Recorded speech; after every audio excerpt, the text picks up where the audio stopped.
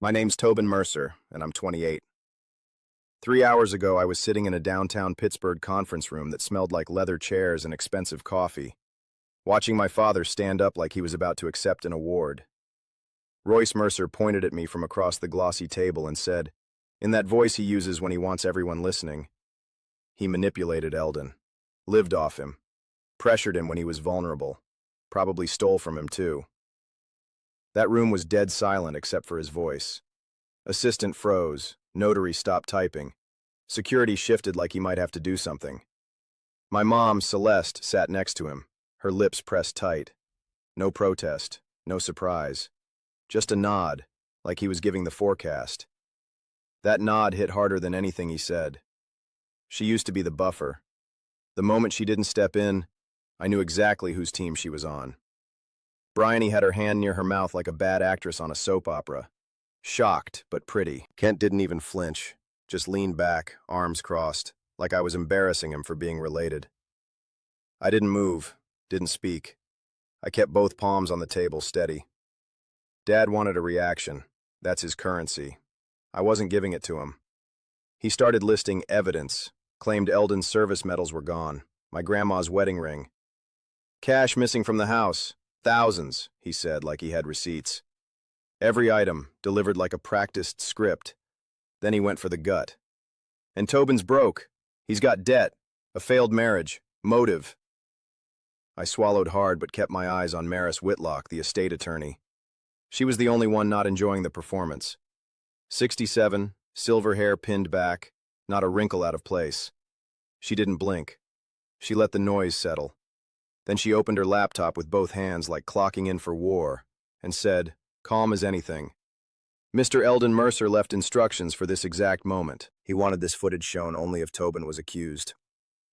Dad's neck flushed red. Not guilt, fear. Just a flicker. And for the first time, everyone leaned forward. Not to argue, not to debate, but to watch. Quick note. Before we start, share which city or country you're watching from. And let's continue. Maris tapped a key, and the first video started playing. Maris didn't say a word while the video played, just sat still while the truth unspooled on a screen and the Mercer family started cracking at the edges. When it ended, she closed the laptop, looked straight at me and said, let's go back to the beginning. That meant the call. It came just under 4 weeks after Granddad passed. I was eating leftover chicken on a paper plate when my phone buzzed. Tally Howland, Maris's assistant, read the message like it came stamped on a box. September 11th, 1:30 in the afternoon. Attendance required. All named heirs. She listed them like a shipping manifest. Royce Mercer, Celeste Mercer, Bryony Mercer, Kent Mercer, and then, after a pause, Tobin Mercer. Like I'd fallen off the end of the list by accident.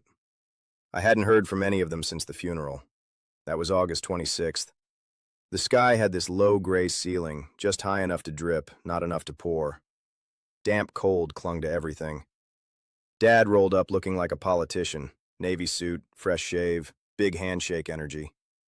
He stood next to the casket like it was a podium and talked about sports traffic like he forgot what we were doing there. Mom accepted condolences with this polite nod, eyes dry, posture perfect.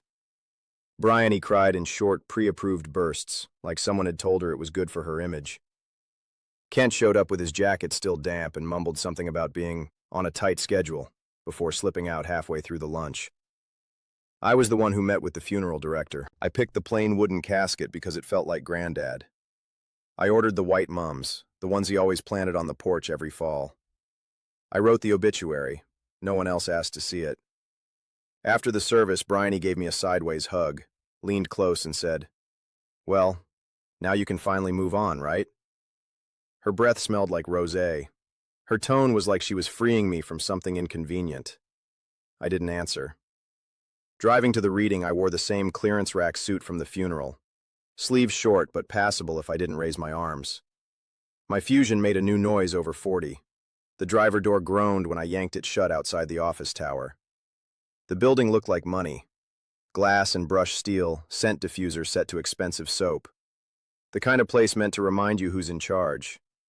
They were already there, lined up like a showroom display. Dad at the window, Mom pretending to check her watch, Bryony crossing her legs toward him, Kent on his phone, earbuds in, tapping his foot like waiting was a personal attack. Nobody said hello. I nodded once and took the last empty chair. Tally opened the door 10 minutes later. "They're ready for you." We followed her down a long hallway with carpet thick enough to muffle regret. Then we stepped into the room where my dad decided he wasn't done trying to destroy me. I walked into that room already knowing what they thought of me. They didn't have to say it. The way they avoided eye contact said enough. I wasn't the golden child or the prodigy. I was the one with the cracks they could all point to.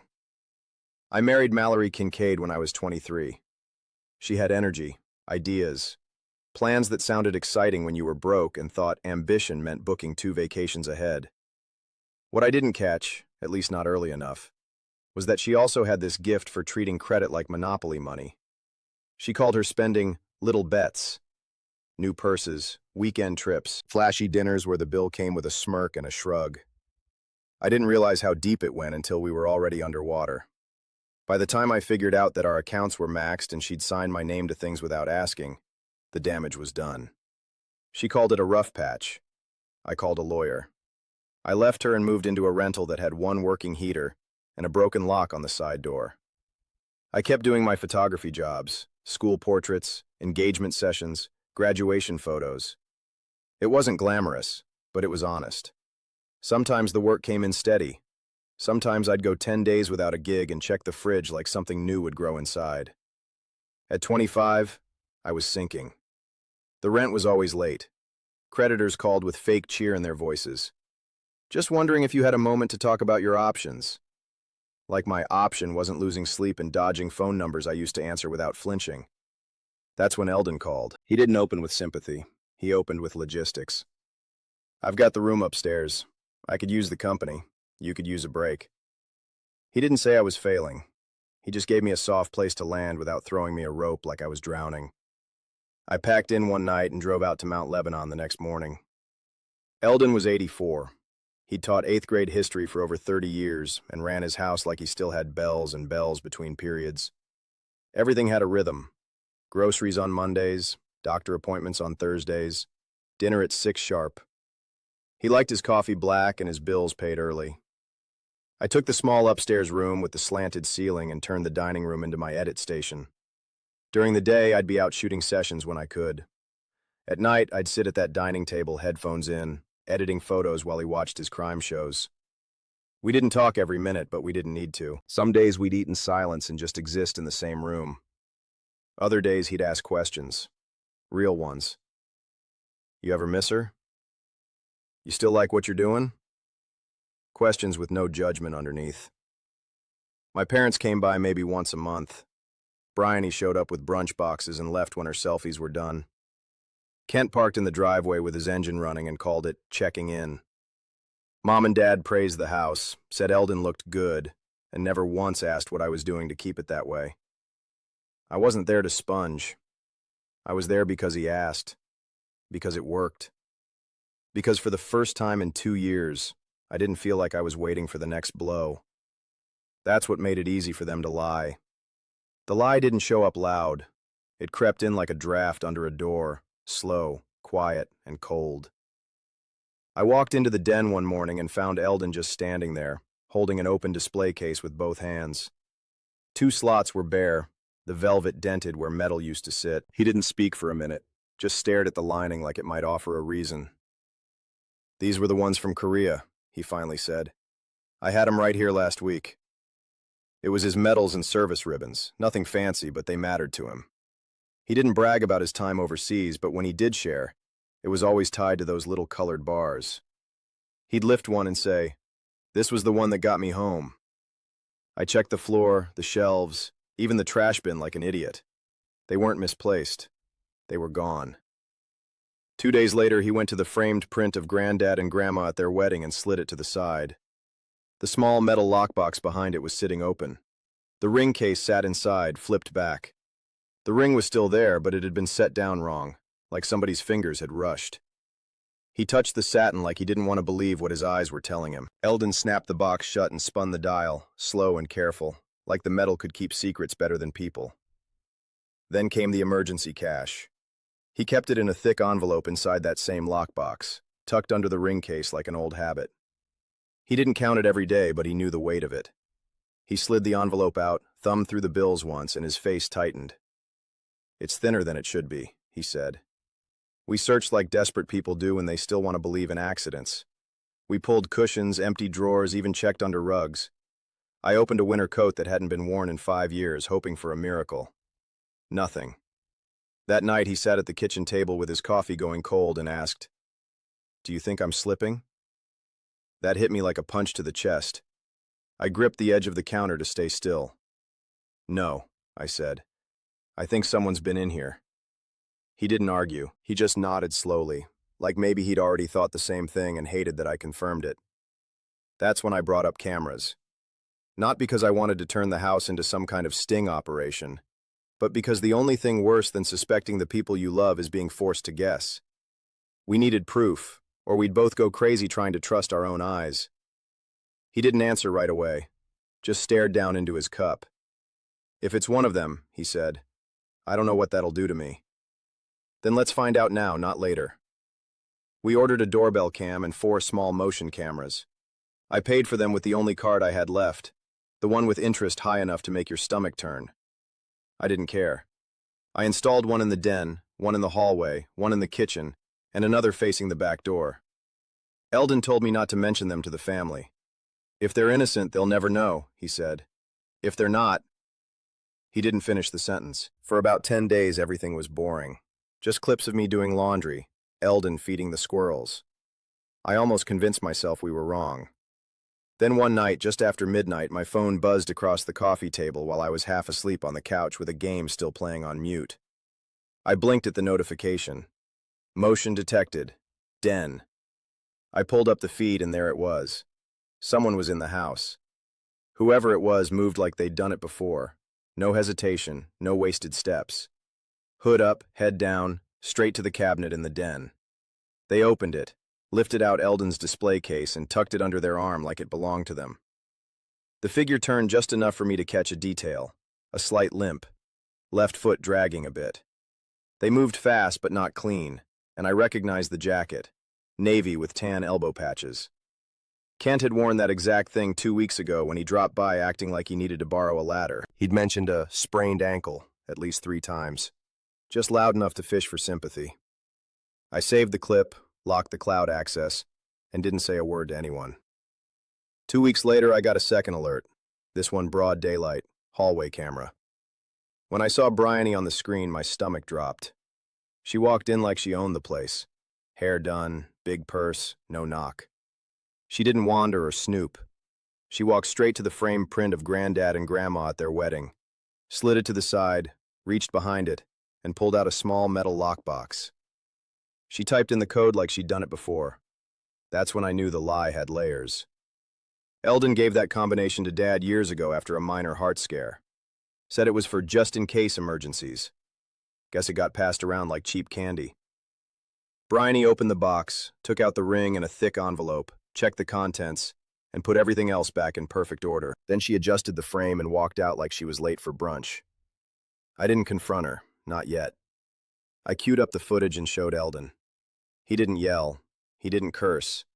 He just stared for a long time, then sat down at the kitchen table without a word. His shoulders slumped like something broke in him. "She knew where it was," he finally said. Didn't even hesitate. Then came the twist that made my stomach knot.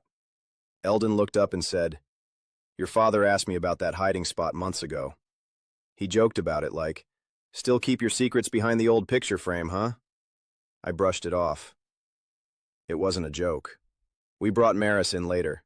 She helped us pull records, sales activity, payments, listings that showed up online right after those visits. Bryony selling old jewelry, Kent with sudden cash and no explanation. No direct proof, but it painted the picture. Eldon didn't want to call the cops. "They're still my grandkids," he kept saying. "I want them to be better than this." What he did want was evidence. Documented, dated, backed up in case they turned on me, and he knew they would.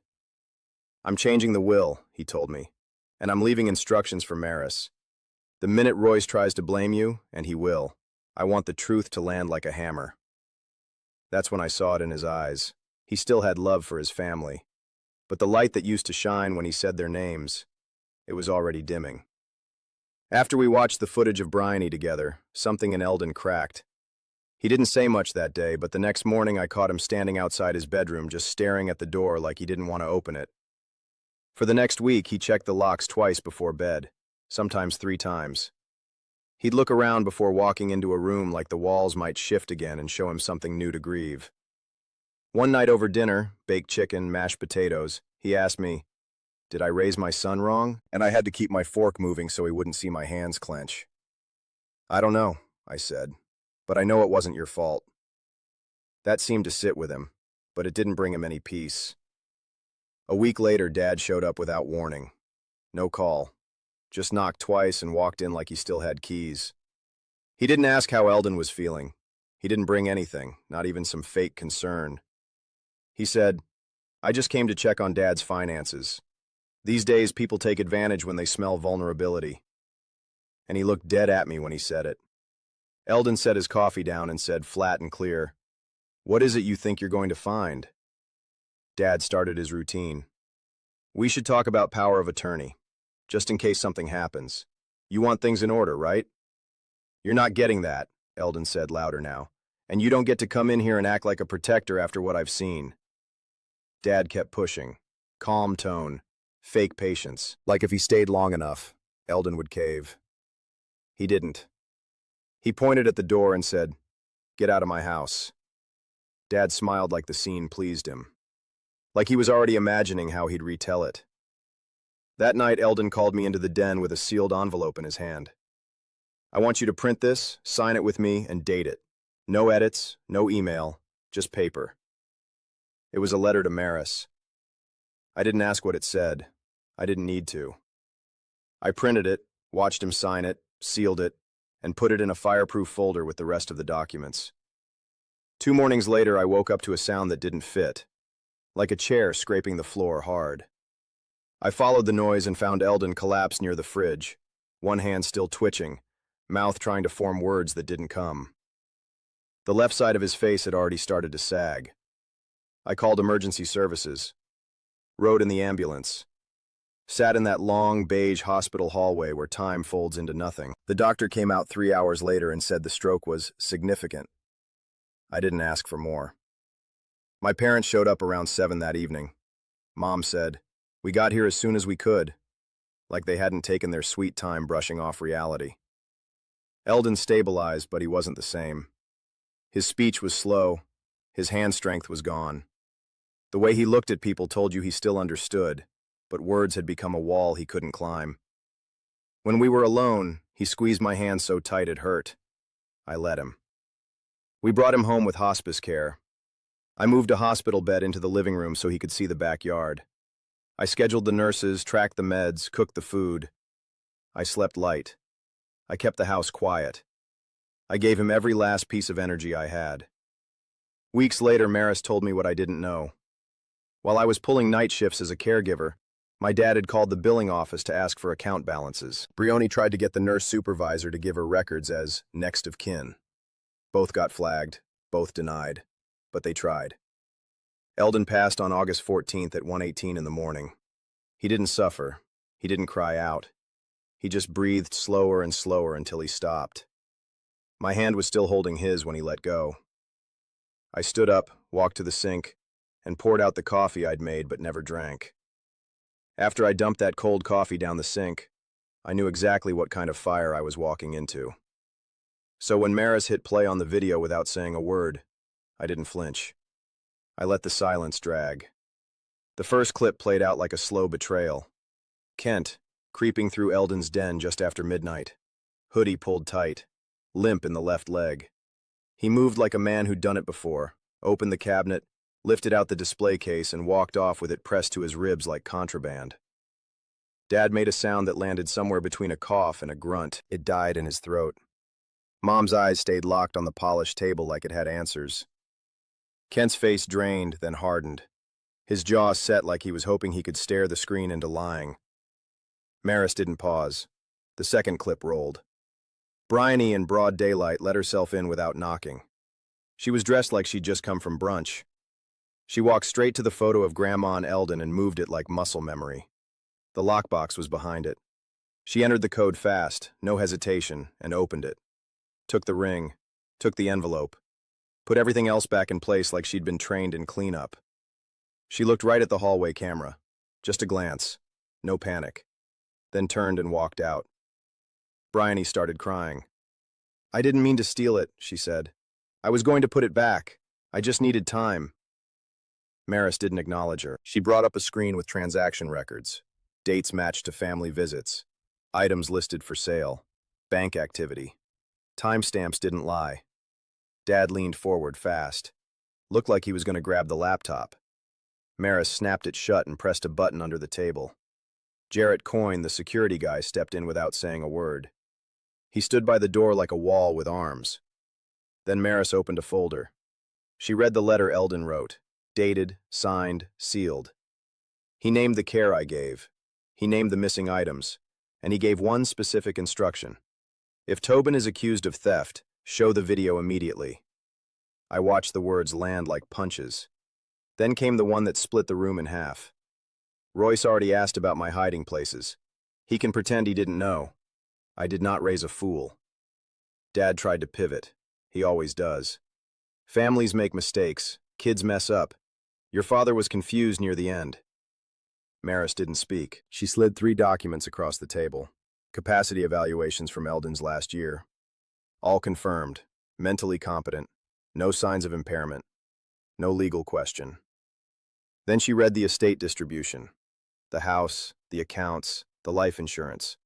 $1,340,000 in total. All left to me. But with one condition. I had to establish a fund to help retired public school teachers with emergency expenses, in Eldon's name. Maris looked up. "Tobin, do you accept the condition?" I didn't even blink. Yes, every part of it. She nodded, clicked her pen, and began the final paperwork. The pen hadn't even cooled from signing the paperwork before my dad made his next move. No apology, no hesitation, just venom. He told Maris loud enough for everyone to hear, "This isn't over. I'll contest it. We'll drag this out. See how long Tobin holds up once the money's locked up in court." He meant every word. The official filing landed just under 4 weeks later, alleging undue influence, coercion, and claiming Eldon was mentally compromised. All the usual garbage dressed up in legal language. It was the same story he told in that glass tower, just with more pages and fewer eyes on him. Maris didn't blink. She told me Eldon had predicted this exact play, and he'd stacked the evidence like a final exam. Videos, timestamps, metadata, signed letters, witness statements, medical notes. Nothing guessable, nothing vague. Then came Bryony's last-ditch play. She created a fake text thread, me and Kent supposedly talking about hiding things, covering for him, planning how to deal with Eldon. She took screenshots and sent them to my mom with a line that said, "Just in case it gets ugly, you should know this." Then she tried to leak it to Dad's attorney. Tally was the one who caught it. She brought it to Maris with a single comment. "These aren't real." Maris's forensic guy compared the images against our actual text logs and the cell carrier records pulled in discovery. The verdict came back fast. Fabricated images, spliced together, wrong fonts, and timestamps that didn't align with device activity. Bryony didn't just lie again. She put it on record. The court date hit fast. Allegheny County, weekday morning, no fanfare. The room was small. Just one judge, 2 tables, and a wall clock that ticked louder than the people inside it. No leather chairs, no marble. Just bare truth. Dad's lawyer tried to argue that the videos were edited. Maris handed over the raw files, the cloud storage logs, the device authentication, the whole chain of custody.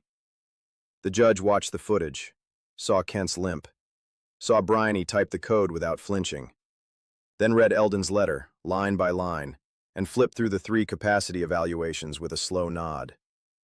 The energy shifted the second my dad realized he couldn't pivot out of it. His shoulders slumped like the performance had finally run out of air. The ruling was swift. The will stood. The court denied the contest and ordered Dad to cover all court costs, plus a chunk of the estate's legal fees. The judge called it a claim filed without credible basis. We left the courtroom in silence. Outside, on the courthouse steps, my dad turned to me and hissed, "You ruined the family." I didn't flinch, didn't reply. Because he was wrong. I didn't ruin anything. I just stopped covering for them. And that silence? It was the sound of the shield finally dropping. The court order didn't fix the house. It just made it mine. The day the estate closed, I walked through each room like I was expecting to find Eldon in his chair with the paper. I didn't. But it didn't feel empty either. His voice was still there in the way the cabinets closed, in the way I reached for the good plates without thinking. I didn't rip anything out. I fixed what was broken: bathroom tiles, the leaky gutter, the dryer vent Eldon always meant to replace. The rest stayed the same. First thing I did with the money was pay down every dollar of my own debt. No shortcuts, no gray areas. That included some of the mess Mallory left behind. She'd thrown a grenade and walked away like I was the one holding it. I wasn't about to let her shadow hang over anything Eldon gave me. She came knocking a week after the ruling made the local paper, smiled like old times and said, "I'm in a rough spot, Tobin. Thought maybe we could talk?" I said there's nothing to talk about, and shut the door with her sentence still hanging in the air. Next, I worked with Maris to build Eldon's teacher fund. No fluff, no ribbon-cutting ceremony, just clean paperwork, clear terms, and protections to keep it from being raided by opportunists.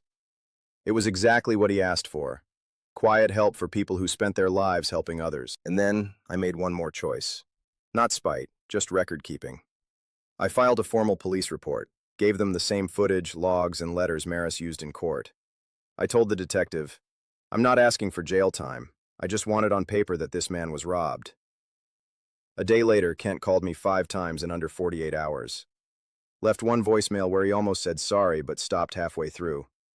Bryony wrote me this long, guilt-soaked email. Said, "You don't understand what pressure I was under." Like I hadn't lived under pressure for years while they were off smiling for holiday photos. I didn't answer either of them. Sometimes silence is the cleanest line you can draw. My dad didn't say anything directly, but the fallout reached him anyway. He lost his seat on a board he bragged about for years. A couple of his golf buddies dropped him from their foursome. His name stopped opening doors at the bank where he used to walk in like royalty. He called me greedy to anyone who'd listen. Meanwhile, I was funding teachers while he was writing checks to lawyers trying to claw money away from a dead man's legacy. I went back to photography. School shoots, family portraits, small jobs. Only this time I didn't jump when the phone rang. I didn't check my balance every morning. And one night after a long session, I sat on Eldon's porch, sipped my tea, and let the quiet stretch. No calls, no footsteps, just the breeze. Then I stood up, locked the door, and went back to living. A week after everything wrapped, Maris picked me up without small talk. She drove us to the bank in Shadyside like we were headed to court again. No radio, no filler, just focused silence. Eldon's safe deposit box was in one of those climate-controlled vault rooms with tile floors and an old wooden bench. The manager handed over the key and stepped out. Maris stood by the door while I pulled the box from the wall. Inside was a bundle of letters, some faded black and white photos I didn't recognize, and one plain envelope with my name on it. My chest tightened, my hands shook. I hated that part, how nerves snuck up like that even after all we'd been through. I sat down and opened it. The letter wasn't long. Eldon's handwriting was clean, like he'd taken his time. He said he saw this coming years ago. That my dad needed control the way most people need oxygen. That Bryony and Kent learned from him. Learned to take, learned to cover it with charm. Then came the line that stuck in my ribs. "You stayed when it was not fun." That's what a man does when he decides his word means something. There was a cassette tape, too. Not a fancy production, just his voice, steady and measured, like he was still teaching a room full of teenagers. He said he was proud of me. He told me not to confuse kindness with weakness, not to let guilt walk back in wearing apology like a costume, not to burn myself trying to keep cold people warm. He didn't say forgive them. He didn't say hate them either. Just protect your life. Don't hand it back to people who only show up to collect. That fall, we issued the first round of grants from the teacher fund. We didn't do a press release or make it flashy. We met in a school auditorium, folding chairs and all. A retired math teacher stood at the podium with tears in her eyes. She told us Eldon once bought her a set of graphing calculators from his own pocket because the district refused to. I'd never heard that story before. After the ceremony, I drove home alone and parked in Eldon's driveway. The engine clicked as it cooled. I didn't move. I just sat there and let the quiet settle. The house didn't feel haunted. It felt watched over. My dad never apologized. My mom sent a short letter about healing. I read the first line, folded it, and stuck it in the drawer next to the warranty manuals. Some things don't deserve a response just because they came in an envelope. I made tea the way Eldon liked it, 2 sugars, no cream, and stood at the kitchen window. Looked out over the yard where he used to rake leaves like it was a ritual. I said, out loud, I kept my promise. And this time, I didn't have to convince myself I meant it. Hold up for a second. Can I ask you something personal? If your own family tried to rewrite the truth and pin their mess on you, would you keep the peace, or would you finally let consequences hit, no matter who got mad? If you've got the hype button, tap it to support this video and help it reach more people. Then please subscribe and hit like. It really matters and it's one click. And drop a comment, even just good story, or what you would have done.